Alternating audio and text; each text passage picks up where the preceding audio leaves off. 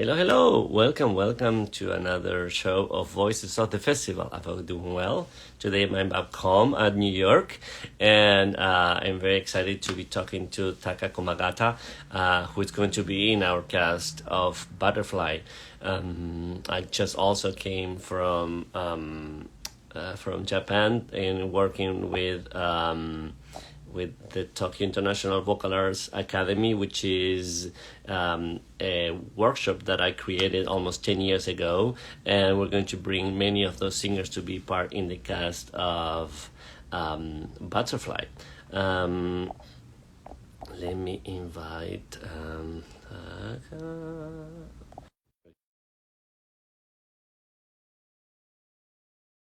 Anyway, I have a lot of people watching. Wonderful. And I have a little bit of a cough, so hopefully I won't get too much of a attack in the middle, and I will just make sure I mute. Hey, Taka, how are you doing? Good, how are you? Good, good, good. And Taka, is that your artistic name or the working name for Americans? Yes. Actually, my name is Takayuki. My first name is Takayuki. Great. But it's like, Yes, so I use it like Taka. is that do you consider that as your like a nickname, or you like it? Taka, oh, yeah. Like, I like it and, kind of nickname. Yes. Yeah, but like in Japan, people call me Takayuki or like, Koma or like Komagata. So Koma, like they usually use like the last name too as a nickname too. Would So the shorten the last name too? yeah, short last name too.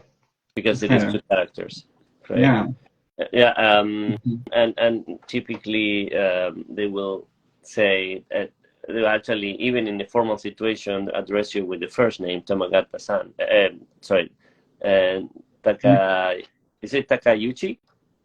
Takayuki, yeah. Takayuki, Yeah.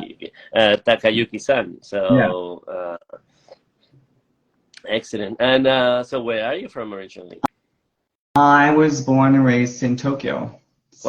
So, yeah, you were just there, right? I I was just was like, just yeah. there. I came back this past Sunday. I spent 2 weeks at the Tokyo International Vocal Arts Academy, which again, several of our alumni are going to come and sing at the production, and so we're very excited with that collaboration.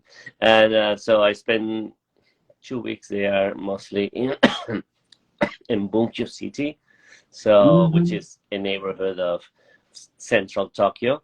Yeah. So it was really fun. As always, being in Japan is really fun. Where in Tokyo were you born or and raised?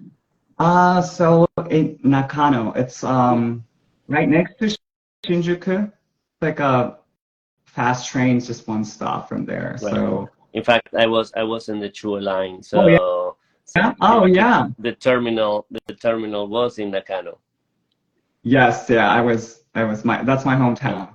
Fantastic. In fact, I was kind of first surprised. I said, the train from Nagano. I said, Nagano? There's a train going, I said, like a local train all the way to Nagano, which is really far. But it was Yeah, Nakano. yeah, So Nakano. Nakano is like famous for kind of anime, like, kind of oh, just like the figure. They're selling like anime figures and cars and games and, kind of subculture stuff. So a lot of great. people, like a lot of tourists come to see Oh, that's and, fun. buy some stuff. Was Yeah. even a bit like that when you were there? When I was kid, not that much, but still was there. But like, I think past 20 years, it grew, yeah, as kind of As, cultural, as like an anime anime culture center. destination. Yeah. And what is that? It's a lot of um, I mean, because are some of the anime productions happening there as like a studio, kind of a Hollywood thing, or as Not printing? really. Um, Chuo Line is actually kind of like a lot of artists live there. So Nakano has a lot of artists too, but actually like they have a big, like in Nakano there's a big manga comic shop, like a really big one. I think that influenced all the culture. I see. Yeah. Right. Good, good. And do you like anime? No, so I mean, I watch like Hayao Miyazaki films or like films, but I don't really watch that TV series much. Right, right, Yeah. right. I see. Yeah, I don't. I'm not really familiar with what real shows of Emma Mm-hmm. Frost movies are great, but But now it's um, accessible, you know, you can watch on Netflix and everyone watches on Netflix, so yeah, it's kind great, of fun too. Yeah. good, good. And and so have you started with music? Music, so I went to kind of artsy school, elementary school, so they had a lot of singing, choir classes, and then we had every semester big concert. And then when I was in first grade, I got a solo, and then everyone auditioned, and I got one, and I didn't know, and I was good at singing, and I was like so happy to sing the solo. And after that, like every concert, I sang solo. I tried, you know, practice a lot, and then like try to audition. And also, when I was 7, I started taking piano lessons. Okay. Um, and then I played for choir too. I was a accompanist in a elementary school too. I can't do that anymore. Really? At the time, it was much better. I was Well, much better. I'm sure. Still, are you very proficient in terms of learning music by Yeah, playing? That's yeah, certainly. but like my fingers are not like moving fast enough, and yeah. Um, and then, but my mom, so I wanted to take singing lessons when I was in elementary school, but she believed that, you know, boys shouldn't take voice lessons before puberty, like might hurt the voice. So I waited until my puberty hit, like I was 13, and I started taking singing Uh, lessons. and actually, she was not wrong, and it was there's a point about it. Not, I mean, there are plenty of child sopranos and boy sopranos that will go into singing, and but there's in fact the biggest problems I know a lot of male singers that one went into singing because they love to be in the children's choir. Hmm. In particular, I know many of my friends that were at the Cologne Opera House Children's Choir that Yeah. they love the experience, and so they want to hold on to that. But more often than not, they had the children's choir approach to singing that is very different from the male adult singing in every Yeah. aspect. So some of them easily switch, but more often than not, they have to really uh, rethink the singing, and sometimes it could be a hindering. Um, Yeah. so your mom was smart, I guess. The only problem is that it will prevent you from doing something that you love. So that Yeah. was a little disappointing for that age, probably. But I was like, it was enough going on at my school, so I think it was fine. But just I wanted to like, you know, sing more and like be out there. But I waited until like 13, and my mom found another like a teacher. But she was actually a jazz singer, Uh-huh. so I was learning like a jazz repertoire, like standards, and then I started singing at a jazz bar monthly when I was 14. Oh, that's fun. So it was I'm not like, sure. you know, at the time in Japan. Did your mom expected that? No, I don't think so. I don't think so. She just heard this, you know, big name and just like, oh, I met this, you know, voice teacher at the bar. And then like, you know, I started going there, you know, to take lessons. And but it was like at the time at the jazz bar, very smoky. You know, allowed to, sing. I mean, this smoke and drink, and I was 14, and I was just like, I was singing there monthly. Wow. But I learned how to write score for band members because we only had like 5 minute rehearsal right before the show, or sometimes we don't have time to do it. So it's just like I learned like the basic of my performance skill and performance presence there too. That's fantastic. And so Mm. you were able to write your own charts and have the orchestra follow those and Yeah. But when I was like 17, I was told that like maybe you're not good. Maybe your voice is not good for jazz. I think you should sing classical or musical. My voice teacher told me like after 3 years, and I was like, okay. I was kind of like sad, but like okay, let me explore. Didn't really know about classical music, and um, but in fact, my dad loved opera. So he was always watching like three tenor videos at home, and then he went to see opera so many times. And actually, my parents were stage actors, Shakespearean actors. oh wow. Um, yeah, in Japan. So they met at the theater, like it's called Shakespeare Theater in Japan. Wow. They do Shakespeare in Japanese. Um, in like 70s, 80s, they did it. Then, so since I was a kid, I was like, went to like see a lot of plays. When I was 5, like I was just like sitting and sleeping during the Hamlet or something like that. Yeah, so I was like really close to a theater. Performing It's arts. like my But certainly your parents were in the performing arts yeah, building, which is a business, which is much more. Uh, I mean, it will put you in that track much yeah, more easily than if you parents didn't do performing. So yeah. And then my older sister is in the musical theater industry in uh, Japan, Tokyo. I don't know if you heard of it, but it's called Takarazuka. It's like a heavy makeup and only female theater. It's like the opposite of kabuki, and they do Japanese traditional show, but also they do Broadway stuff too. And then really, my and sister that was name, the name that you mentioned, is this the style or is it actually a group, a company?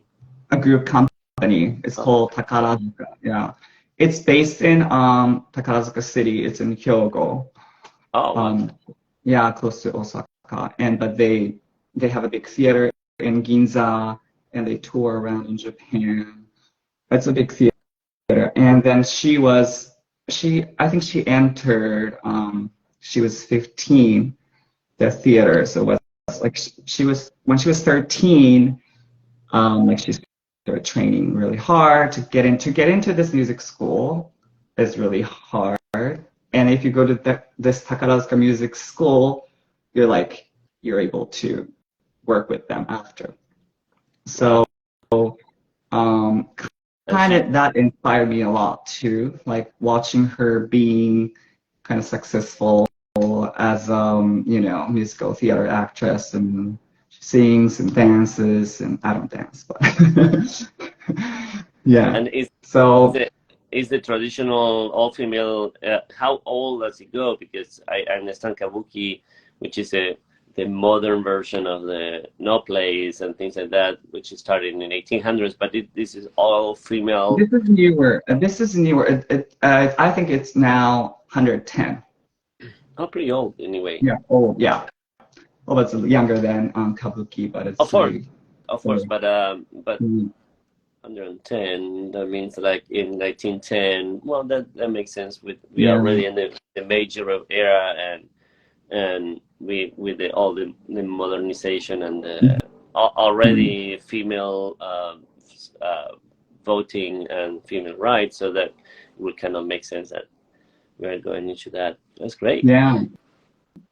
So then like that was like a big influence too. And then I auditioned I just my senior when I was senior in high school, I decided to okay, I'm going to music school. And then I auditioned in one school, just one school in Japan. And in Japan, you really have to go like take a lot of tests, like music theory, singing, piano, solfege, um, music history. I don't remember, but like a lot of like subjects you have to take to get into the music school. And then I went to the music school like 4 times, and I was like, this is not. I just felt like this is not for me. The school was not for me. So So 4 times the same year.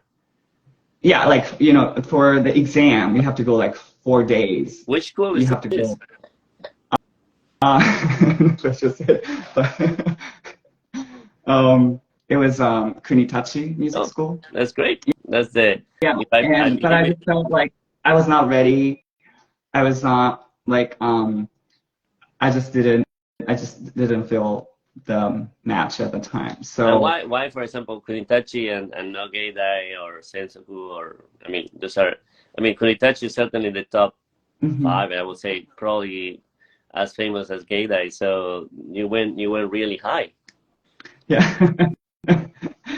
Yeah, again, I kind of, I applied for a different subject, actually. It was like, sociology, kind of arts and sociology, kind of like more like theory, major. Okay. It was a new at the time, but I didn't get in. Okay. Um, and then after, like, I didn't have any, like, I don't have any college choices anymore. And then I was like, oh, but always wanted to study abroad in the States. I wanted to go to the States. And actually, I wanted to go to high school there, but my family was like, okay, no, too early. So then I applied school, and then I went to University of Hartford. Nice. Yeah, yeah. But actually, I was measuring film at the time. I wasn't doing music. I just like, I told you like the music school, Kunitoshi wasn't for me. I was like still like deciding what I wanted to do. And like it's gonna be a long story, but just like whole 20 was like that for me. And then I was taking like film courses and I was having fun. But a spring break, I found like very cheap ticket, like $300 to Paris from Connecticut. So I was like, oh, maybe I should go. Like, and then like I met up with my Japanese friend from Tokyo, and we met up in Paris, and we traveled, That's always nice. for like 7 days or something, like backpacker and then just like youth hostel staying at. Then I went to see opera for the first time, like a real opera for the first time, and I was like bawling, like I was crying. I didn't know what was going on. I didn't know the story, What or was just it? like the vibration. It was La Juive, Oh, but it was kind of it's not the major no, I opera. mean it's a famous one, but it's not the top 10 by any means. Yeah. So that's great, and I love that you were so reactive to it. Yeah, so I was like, I didn't know what was going on, but just I was crying. I think it was a special night too. I think I didn't know what was going on, but it's all in French. I didn't know the story, but like singers were so powerful and the orchestra was so beautiful and the audience was like very supportive Was and it just Chekhov by any chance? hmm? Was it Chekhov, Neil Chekhov, the Yes, singing it? yes, yes, yes, yes. Yeah, He which was is a good friend of us. He was in our gala last yeah, this year. I mean, a few months ago, he's been in our galas as a guest, and he was um, some of our recipient of the prizes, and so he's a really great friend Oh, of the Sharon Mills programs and Savannah. So wow. excellent. Yeah, he was amazing, and I was just bawling, and then my friend was bawling, like, he didn't have an experience in opera too. And after that, I was like, okay, I have to do opera. And then I have to sing. I want to do this again. I want to try this again. And then actually, I was like, I had no connection. I just moved to, I didn't, I was like, okay, I'm going to quit this, um, you film major. And I just went to Italy by myself for and then I was like studying Italian for a year, and I was like studying with a teacher. I found a teacher in Milan. I was like studying for a year over there. But I was like too young. I was like 19. I didn't know how any basic stuff, and I just didn't have skills. My teacher was like, "Oh, you should go to school in Milan," and then I was preparing for like to get into school. But at It, that time, that you didn't think about going into music in Hartford, because I Hart know School of Music I is, could have gone. Yeah, I didn't. I didn't know. I mean, I was not just like that. I didn't know that like they have. And after I knew that, I got to know that like they had a good music yeah, program. very good, Yeah, famous. Yeah. Anyway, very so good. so you went Not to a Italy, regret. which is also really fun and very good for. Uh, Great. Yeah, So you were in Italy, and then you said go to study in Milan, and then. yeah. I was studying in Milan, and then but at the time my dad was getting sick. He had a cancer. Oh, sorry. And then I was thinking about like, okay, I wanted to do music and I wanted to do this, but like it's just like my teacher told me like, okay, in order to finish this school, it takes 7 years. Like, are you ready for this? I was like, okay, because I didn't have any foundation, and it's just like, Italy Right. has like 4 years of this and 3 years of this, and to master's like, okay. And then I was kind of worried about my dad and my career and then my you know, everything. And then I was like, again, I was not ready for this music thing, so to pursue. And so I went back, and my dad was okay and floating up at the time. So he was like, "Don't come back for me." And then actually, I was in Milan, and I moved to Switzerland. And then I started going to this kind of co-op hotel management school. Yeah, so I studied management school, and like you work kind of first semester you go to like you study about like hospitality management, and then after you work somewhere an internship. And then I did that, and then because I was like, okay, I can speak Japanese, I speak English, and at the time, I was more fluent in Italian. And then so I can speak 3 languages, and I want to travel more.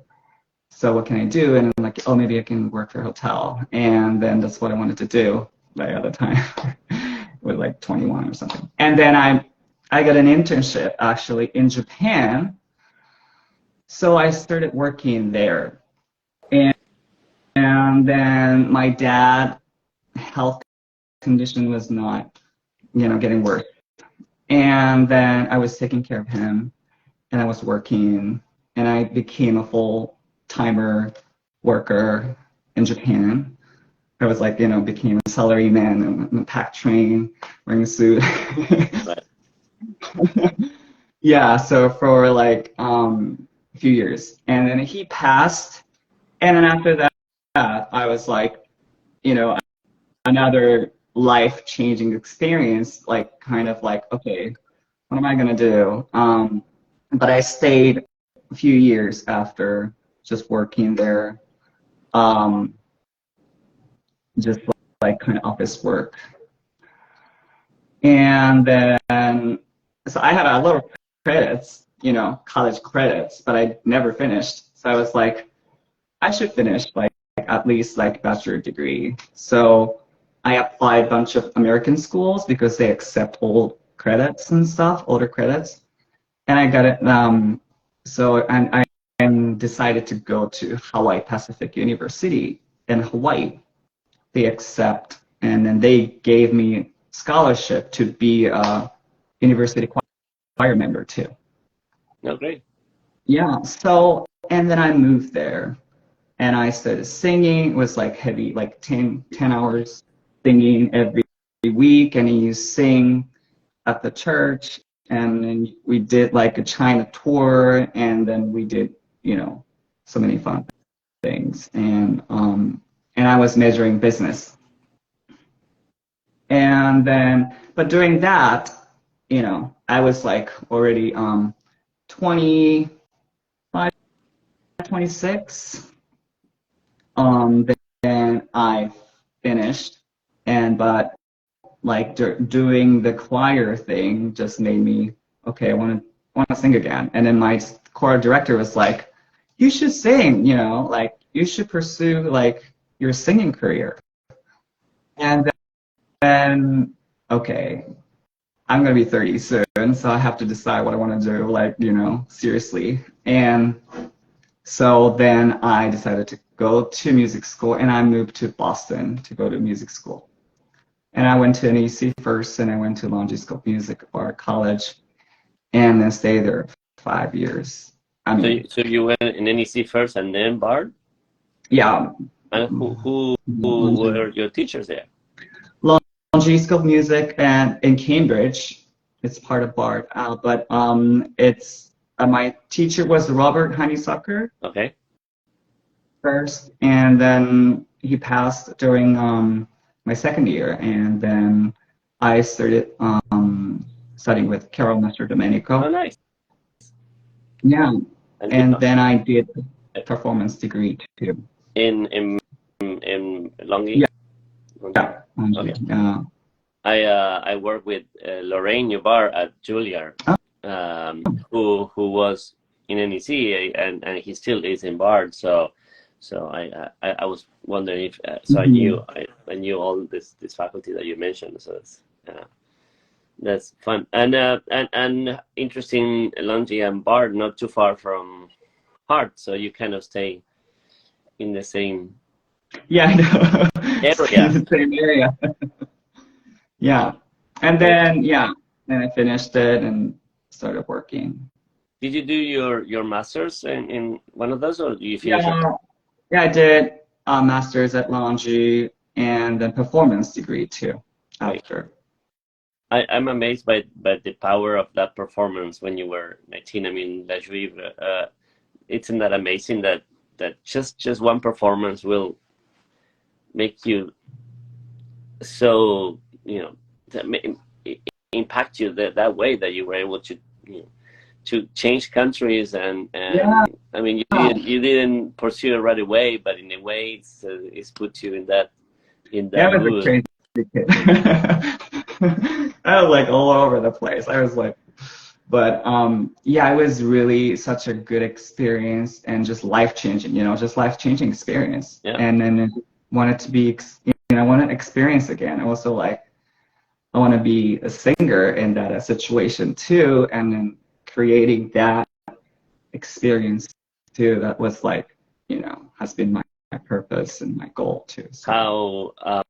How did it feel when you went back to singing and actually performing and from inside as compared with from outside? Yeah, it was difficult. It's just I was already like 26, 7, when I got serious about music. So I didn't have basic skill. So I need to learn. That's what I've learned in NEC, like chords and piano and solfege and sight reading. And, that's like a certificate program there, and then it was really helpful. And I just like, okay, I just want to sing, but you need to do these things first in order to read music well and express emotions. And yeah, Yeah. it was, yeah, but it was a great place for, Boston is like you can very close to the music. So many free performances every day, and symphony hall, and it's like drum hall, and it's just I got music shower. Right. Yeah, Well, you have certainly with the Boston Symphony, but then you have Boston Lyric yeah, Boston and Lyric. Odyssey Opera, and I'm sure the schools will produce your shows. Did you do any shows in school when you were there? Yeah, my first show was finishing school. It's like it's opera in English, and then I did Des Berg No. Semlinsky. Yeah, Wow, that is I a did, big thing yeah, it was for difficult. the tenor. Yeah, it was really difficult. Yeah, Um, and then I did Cozy with Loyal House Opera at Harvard University. That good. was really fun, and just like staging was like takes place in Miami High School, and then my high school student becomes like Cole University student from like abroad. So it was like kind of fun staging, and I had so much fun doing that. Yeah. Yeah. And how was the life after school so far? What happened? So I graduated 2019. Oh, So and then I started auditioning, and then the pandemic hit, right? And then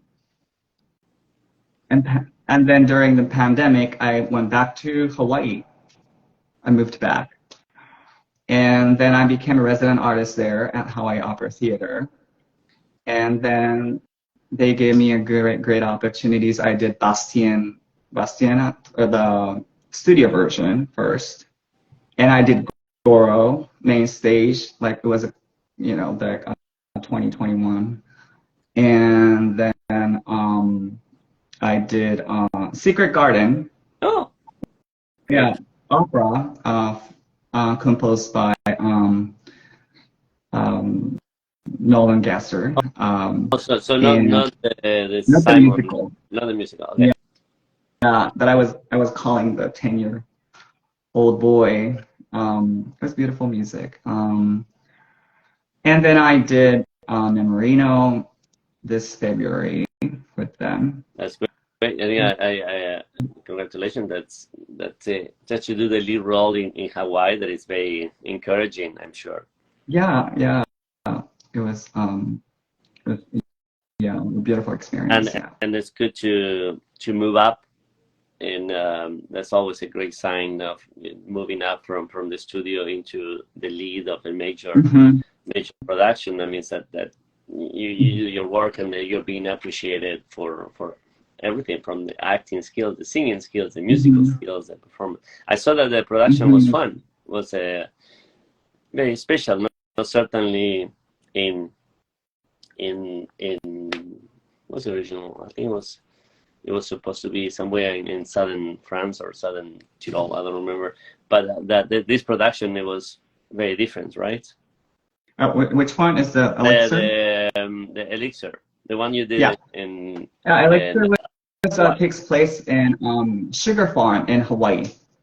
Yeah, The sugar what? yeah, Sugar Farm. Oh, perfect. Yeah, in Hawaii, and I was a mechanic, and so it was like very local, and it was in English, so it's really kind of localized version of Elixir. Why did it Staged English, by. do you think? Hmm?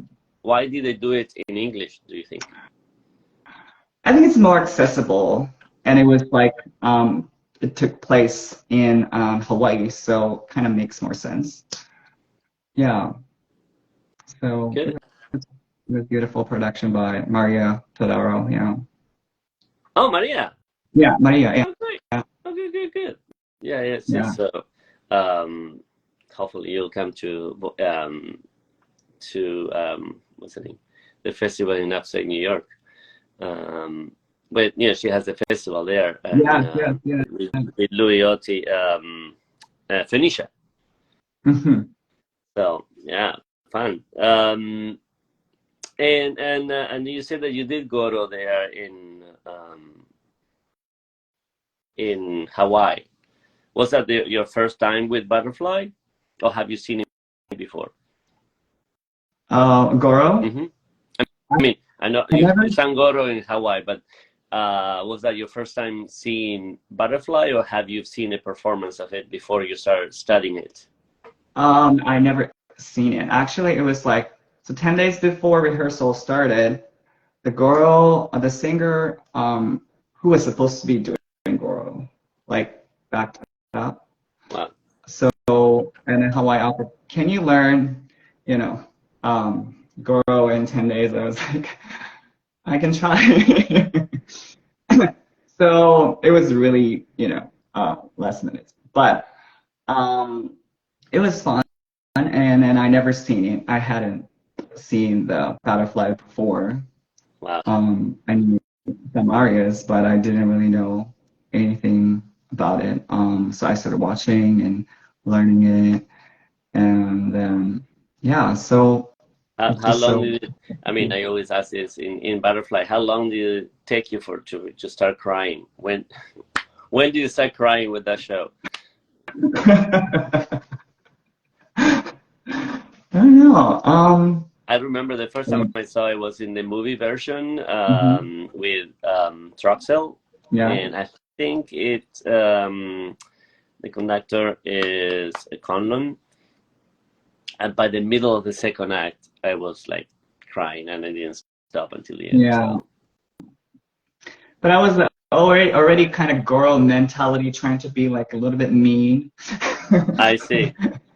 Oh, good, interesting. So like, okay, kind of, cunning, calculating person, but it's such a beautiful and it was like a first big main stage show um in the Hawaii Opera Theater after pandemics. A lot of people came, and then in Hawaii, like we have a lot big Japanese community as well. Hmm. So we had Japanese subtitles too, and a lot of Japanese people came, and it was like packed, and it was very beautiful. It was such a beautiful production. It was, yeah. How did you feel recognizing the style of the music?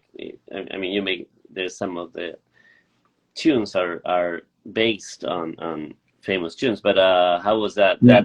that relationship of something that sounds about familiar?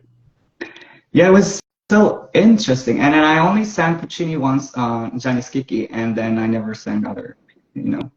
You never, oh, Um, so you have never seen Bohème or Tosca? no, yeah, Well, only, yeah, Gianni Schicchi. I just sang Renuccio. That's it. So it was interesting to know him first, and then it's like, grand opera. So just like learning it, his style was newer to me too. But also like you can hear some traditional Japanese tune like Sakura Sakura or something like that. It was like really interesting and I don't know, kind of in a way pop, like kind of, Japanese people like include like, the traditional stuff to like American Western music too. So it was really um new, but also I knew this tune, I kind of really know this tune, so it's really interesting and still foreign. Like it doesn't feel right, like Japanese, of course, right. but it's something there, like in my root. So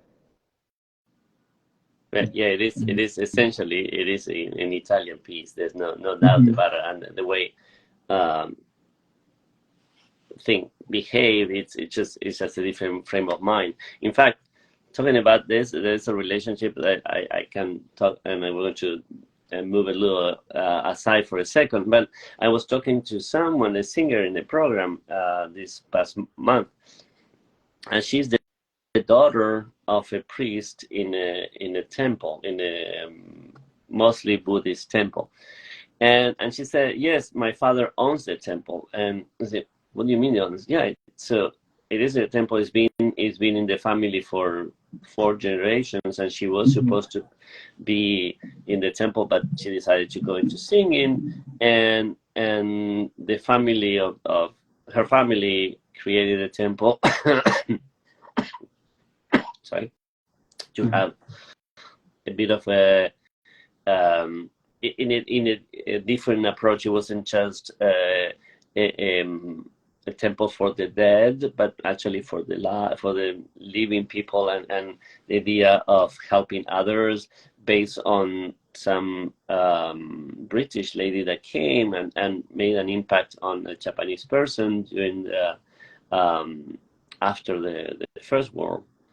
And so and the idea that the temple is privately owned and based on help by donations, but it belongs to the family, and there's not really a dogma, but there is a belief and an approach, and that is nothing like a Catholic church. Nothing there is the same.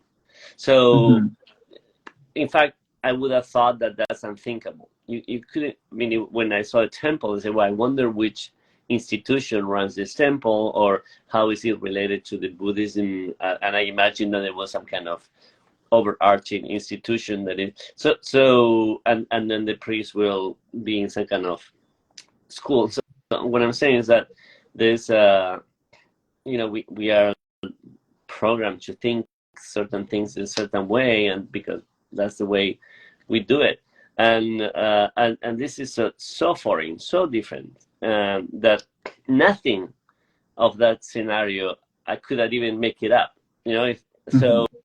And in a way, there's about that in the difference between the grammar of Japanese language and Roman or Greek Roman languages based. I mean, I'm not saying just the diction, but the grammar, which is a bit Greek, a bit Arabic, a bit Roman. So there is this idea of articles, noun, verb, that is nothing like other languages in the Far East work, and sometimes when you try to translate something, it just doesn't work. You just need to go in a different way of thinking, right? Yeah. So and for that matter, it's like using these Japanese tunes or influences into a European work of music, which is inspired, but it doesn't behave the same way. Yeah. So it is fascinating, and so in that sense, how do you feel that they are related and they are different? I mean, it's like kind of watching Hollywood movie takes place in Japan. It's kind of lost in translation. A lot of Japanese people feel like that's not Japan. It's like, Right. But it is Japan. Like just one's perspective from, it's a different perspective. So it depending on like, the perspective, it's just always different. So I just see this as just one Puccini perspective, Japan, and it was kind of, fantasy, right? I think he's never been to Japan. No. So yeah, so just fantasy, it's an illusion. So just trying to fit in that, not like realistic Japan, Right. It's a reference to or almost like a starting point. Yeah. Of a human history, of a human story. Yeah. Yeah. And And it's opera is not realistic. I mean, it's not like we're singing. It's right, not like, you know, exactly. And yeah, so yeah, we are singing with an orchestra, and it's all set. yeah. We're It's singing just, in Italian of all things. So yeah, yeah. so we are not singing in English. We're not singing in Japanese. We're singing in Italian with an orchestra. We are singing. So that's already now. And how do you marry the view of Goro, the character of Goro, and um, your knowledge of how a real Goro may have behaved?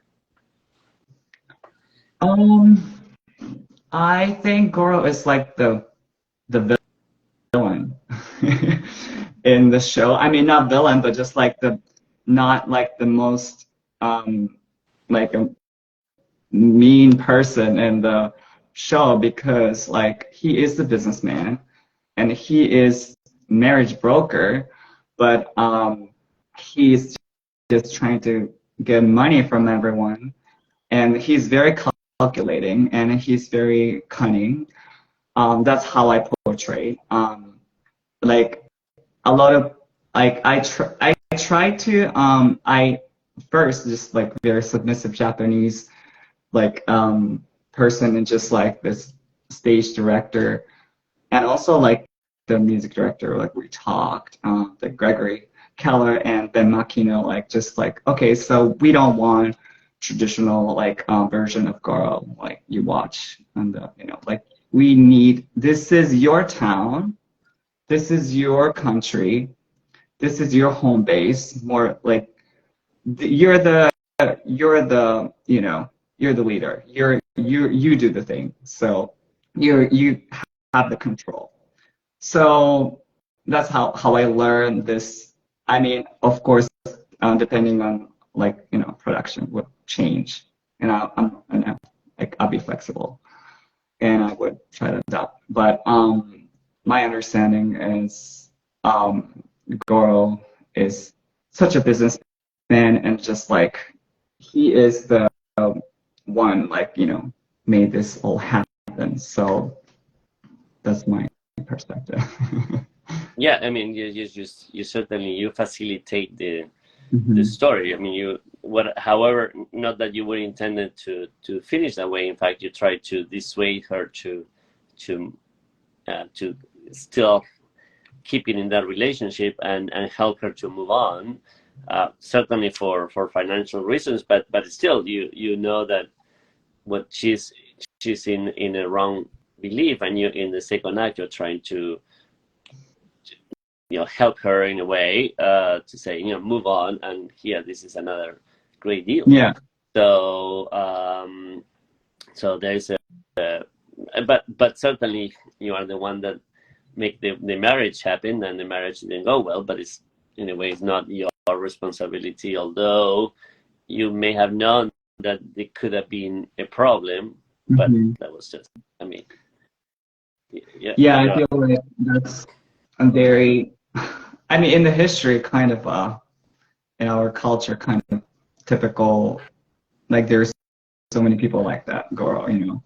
I mean, maybe in other countries too, but just, I don't think he feels guilty about it much because that's his daily life, and he just thinks like, you know, just everything is business. yeah. So that was kind of me. I mean, that's not who I am. So it was kind of like hard to um, act it out, but it's just like it's a good challenge, and I always, you know, I love this role because who, you know, I never be, if you know, what a privilege to be a Japanese character on the stage. Never happens in opera much, so. Right.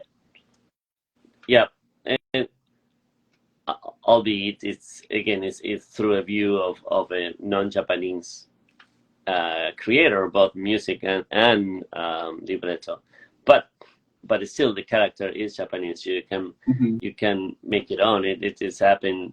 The idea of doing, for me, for example, doing Latin music, even if I don't belong to certain countries, or even doing Latin music of composers that were not Latin, like doing Debussy's approach or Mm. Ravel's approach to Latin music of any kind, or Copland. I always love that because it is the view of these great artists, and I can bring my own knowledge of this world Yeah. and put them together. So it's a fun it's a fun combination of inputs, let's put it that way. Yeah. I think it's like perfect for me because I was born and raised in Japan, but I've been away from Japan over 10 years. I'm certainly, like westernized compared to like Japanese, Japanese people in Japan. So it's like, I think that's really me in the music situation as well. Like that's like, kind of mixed culture. Great. Yeah. Fun. Well, we'll look forward to doing the show together, Yes. and Me bring it too. for the first time to Savannah in the beautiful Savannah Cultural Arts Center, which is it's a beautiful theater. In fact, reminds me a lot of some of the auditoriums that are so typical of Japan. There's so many in Tokyo, I mean anywhere, but so many wonderful music schools. I mean, I've been in Japan, I mean, over 12 years now, every year, except for during the pandemic, and even in Tokyo, I've been to an enormous amount of performing arts centers, and they're all great, and they're all Mhm. there's so many. There's There's so so many. yeah. Yeah. So The small one, big each ones, and neighborhood, each little, um, not just the prefecture, but the cities, each of the cities, which is a small part into the big city, have mhm. little teeny performing arts centers, and they're all great. So Yes. this one is it's a bit in that venue, so it will be really fun to be doing it there. So it's the first time doing butterfly with and Yeah, oh. I think Butterfly has never been performed in Savannah, so it would be the first time. Oh. Savannah Wow. never had the opera company anyway, so Mhm. until we created the Savannah Opera, and right now is Savannah Opera at the festival, so all our productions are during the festival. Um, so there had not have been many opera productions period until Cheryl and Maria came to town and bring productions there. So we are very happy to start bringing shows, and in fact this year we're doing both Dido and Aeneas and Butterfly, and those shows are both done for the first time. So Mhm. Well, that's it is exciting. it's great. Yeah. All right. Well, thank you so much for your time. Very nice Thank talking to you. you for And having me. Yeah, nice I look meeting you. forward to seeing you soon, Yeah. and in fact at the end of the month. Yeah. And well, look, no, you come a little later. Yeah, wait. But we'll spend a lot of time together. Yes. And Looking have you forward been to to it. Savannah yet? Never, never. That's a treat. Also, it's such a great, beautiful town. Oh, You will really like it. yeah. It's I'm really so excited. fantastic. So you will really great. Okay. Thank you Thank so much, you. and I will see you soon. And everyone else, I will see you next time at Voices of the Festival. I hope you have a great week, and see you soon. Bye. Thank you for watching. Thank you.